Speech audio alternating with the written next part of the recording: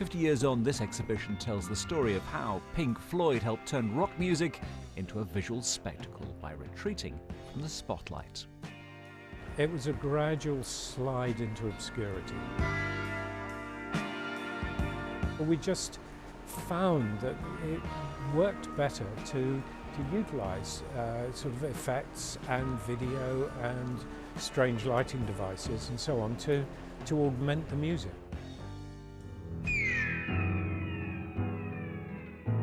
It was an era of massive experimentation, and there was a whole generation of designers and architects creating things that they thought no one would ever build. And then along came Pink Floyd.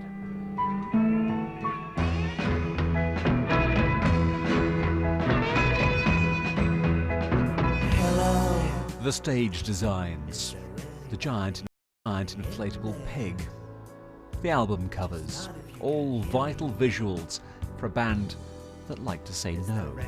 I do remember that when we went on the road, there was a big resistance to publicity and to, I think we were a bit po-faced and snotty. It is in many ways a record of an era that has now passed, when albums ruled and no one was counting the cost of rock excess. David Sillito, BBC News. Some beautiful blue skies outside today. Let's see what's up for us this evening with Thomas now in the weather forecast. Hi, Thomas. Hi, Anita. Yeah, and we're in the studio, not being able to enjoy that fine weather. But honestly, such a beautiful day across most of the UK, and I want to stress most of the country because it's not like it everywhere. For example, in western and northern Scotland, thicker cloud here.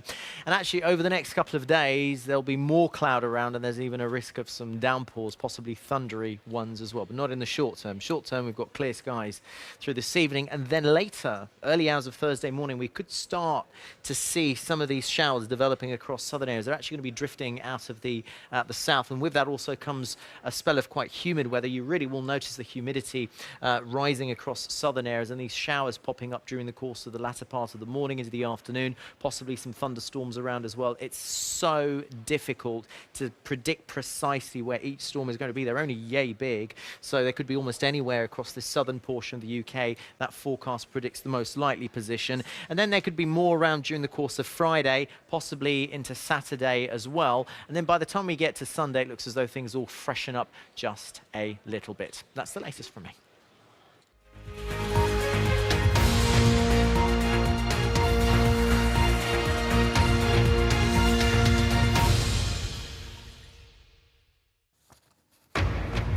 Today at 5, Donald Trump defends his decision to sack his FBI chief. The president says James Comey had lost the confidence of Republicans and Democrats alike and would be replaced by someone who will do a far better job. Why did you fire Director Comey? Because he wasn't doing a good job, very simply. He was not doing a good job. But as Mr. Trump meets the Russian foreign minister, critics claim the sacking is because of an FBI investigation into possible links between the Trump campaign and the Kremlin.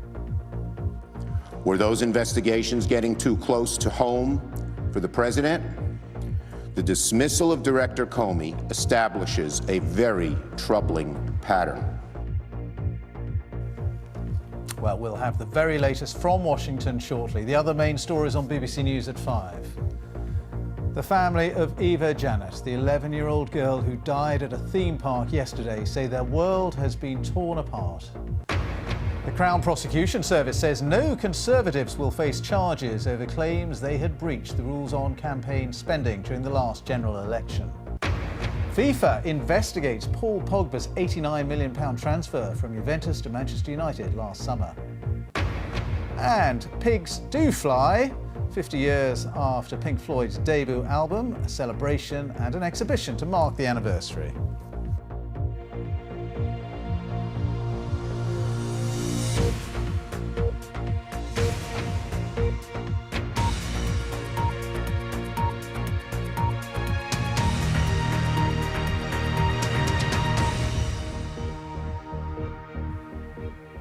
Hello, it's 5 o'clock. Good afternoon. President Trump has defended his decision to sack the head of the FBI without warning, saying that James Comey had lost the confidence of almost everyone in Washington. But critics say the dismissal smacks of a cover-up designed to hinder the FBI's investigation into possible collusion between the Trump presidential campaign and Russia. From Washington, here's Rajini Vaidyanathan. Absolutely explosive news out of Washington tonight. This is a Fox News alert. FBI Director James Comey has been fired by the President of the United States. Politics in a time of Trump is often unpredictable. But this was a political bombshell few saw coming. Back in Washington today, James Comey was in Los Angeles when he learned he'd been sacked. Director Comey. Why did you fire Director Comey? Because he wasn't doing a good job, very simply. He was not doing a good job. Did it affect your meeting with the Russians today? Excuse me? Did it affect your meeting with the Russians today? He was sent a letter by the president. You're hereby terminated and removed from office immediately. While I greatly appreciate you informing me on 3 separate occasions that I'm not under investigation, I concur with the judgment of the Justice Department that you're not able to effectively lead the Bureau. Except the Trump campaign is being investigated by the FBI for its possible links to Russia. James Comey was leading that inquiry. The White House said he's gone because of the way he handled another investigation last year, the one into Hillary Clinton's emails. But Democrats don't buy that. Mr. President, there is little reason to think that Mr. Rosenstein's letter is the true reason that President Trump fired Director Comey. Why? Because if the administration truly had objections to the way Director Comey handled the Clinton investigation, they would have had them the minute the president got into office. But he didn't fire Director Comey then. The question is, why did it happen last night? Those backing the president's actions say it's got nothing to do with Russia.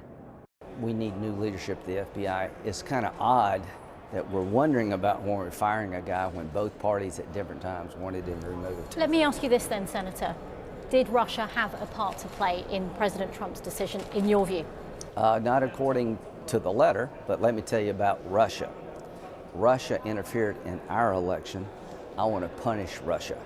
Democrats here on Capitol Hill are now calling for an independent special prosecutor to take over the Russia investigation. They fear that anyone that President Trump picks to become the new FBI director wouldn't be impartial. The White House might say